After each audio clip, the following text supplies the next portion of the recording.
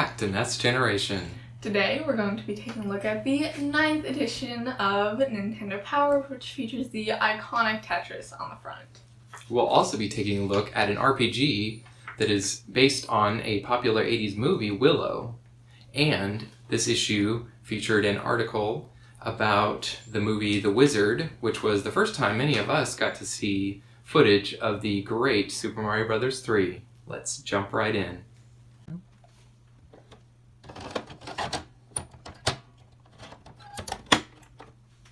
Starting this episode with Tetris, the classic puzzle game for the NES. What did you think about the NES version of Tetris, Laurel? I thought it was pretty fun. I play a lot, probably way too much, of Tetris 99, which is on the Switch. So I've played Tetris before, and obviously it's pretty similar. It was interesting comparing the two because there's a few features that weren't added in until later games, such as the holding feature or the hard drop feature, which both of those I use a surprising amount of. I didn't realize that until I actually had to not use them.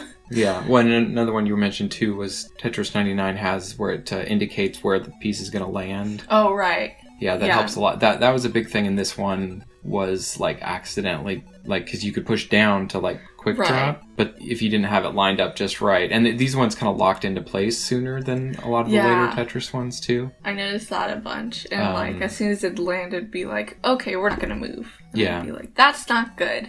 Yeah, so this one has the color palette that kind of cycles on the different levels. So it kind of gives you indication when you're jumping to a new level, and it speeds up as you go. We were doing a little bit of research, and I've seen in some past Nintendo documentaries and whatnot that there was quite a big controversy over the ownership of Tetris and the licensing and stuff when this one came out. So there was a Tengen version, and on a lot of the various computer systems and whatnot, there were all these different companies making Tetris. So there was a lot of sort of contention over who owned it and who had the license for what different systems and platforms and stuff. So over the years, been dozens, if not hundreds, of versions of Tetris that have been released, and then all the sort of different flavors that have come out of that.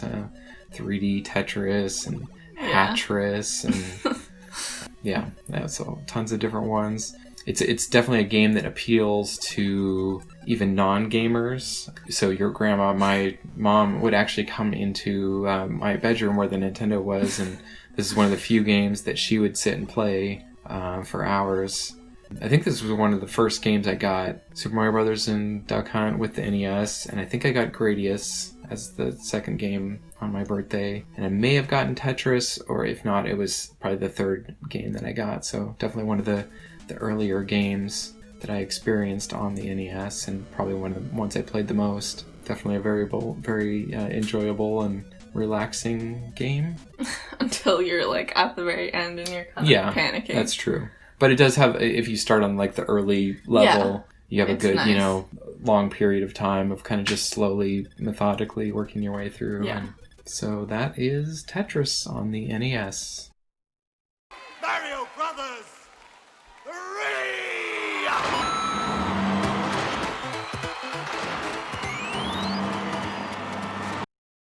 So in this issue of Nintendo Power, there was an article about the movie The Wizard, which was a fairly mediocre video game movie that came out in December of 1989.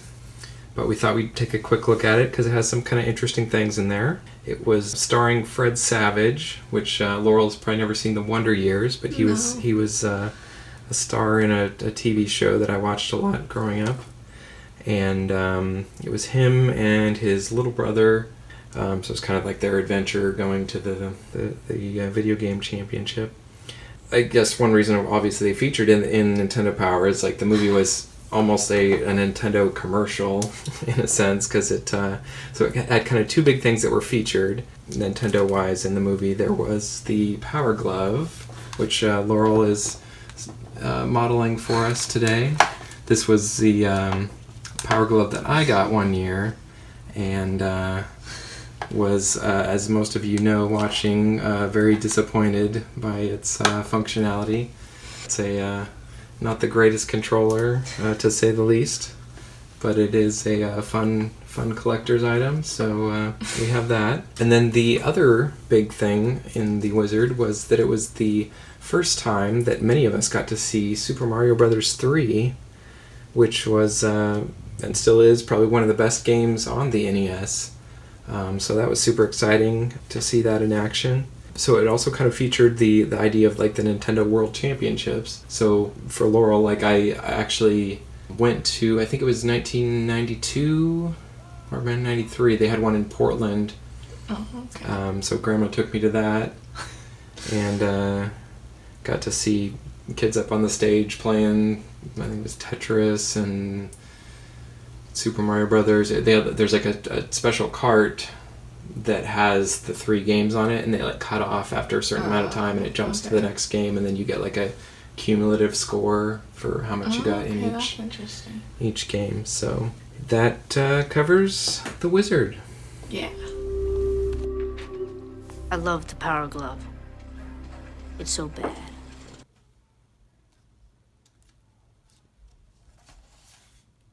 So we're taking a look at Willow, a action RPG based on the 1980s action movie Willow. You play Willow Ufgood. I think so, yeah. So what did you think about Willow, Laurel? I thought it was a pretty good game. Sometimes NES games are like kind of hard to get into, and I am like, I don't know how I'm gonna hit like the time that I should play for this. But this one, I looked over and I'm like, I have too much footage. So the story is, there's this bad sorcerer dude, and you are the chosen one, and you have to go fight him, because of course you do. So basically you walk into your family's house, they're like, okay, go talk to your neighbor. And he's like, okay, if you ever come back, I'll restore your magic, I'll restore your magic. Here's some magic acorns. And then you walk around the town, which is really pretty, by the way. There's like flowers everywhere, it's great. And then you get a sword from this weaponsmith, and then you venture out into the forest. Yeah, so this definitely reminds me of a game you probably haven't played yet, Crystalis. That was probably my favorite RPG growing up. I never played Willow growing up, so I've sat down and played it a little bit in the last year or so I have a little bit of an idea about it.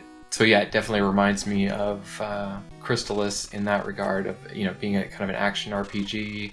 You said it had kind of the interesting, like when you're talking to people, it has kind of the like first person view of them, and then yeah, it has the portrait and the text, which kind of reminds me of the Stardew Valley. Like whenever you talk to someone, it has their sprite still up on the screen, but then it has like a little portrait of them that's more detailed than you normally see, and then it has them talking underneath.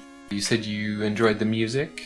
Yeah, like in the town it had a nice kind of like upbeat high melody, and then there's this low part that comes in after a little bit. And at first I thought the guy who I encountered the first time that music came in, I was like, oh, is he going to try to fight me? But he didn't, so that was good. Another interesting thing you mentioned was how the vegetation will animate when there's enemies near. And then goes to kind of a calm, still, non-animated version when there's no danger. So that's kind of a cool aspect. Overall, what did you think of it as a movie tie-in? I guess we haven't seen Willow. We're gonna have to watch that at some point. Yeah, it's actually one I don't know that I've ever actually seen Willow all the way through. It was always on TV, kind of growing up. Every once in a while, it'd be on TV. I never saw it in the theater, and I don't know that I've ever actually sat and seen the whole thing. So that's definitely one we'll have to sit down and watch. But from what I've read and what I've experienced of it, it seems like it's a pretty good movie adaptation. A lot of the movie games are just really terrible, so I think they did pretty good with this one. Yeah. So yeah, it seems like it's a pretty good RPG, and that covers it for us on Willow.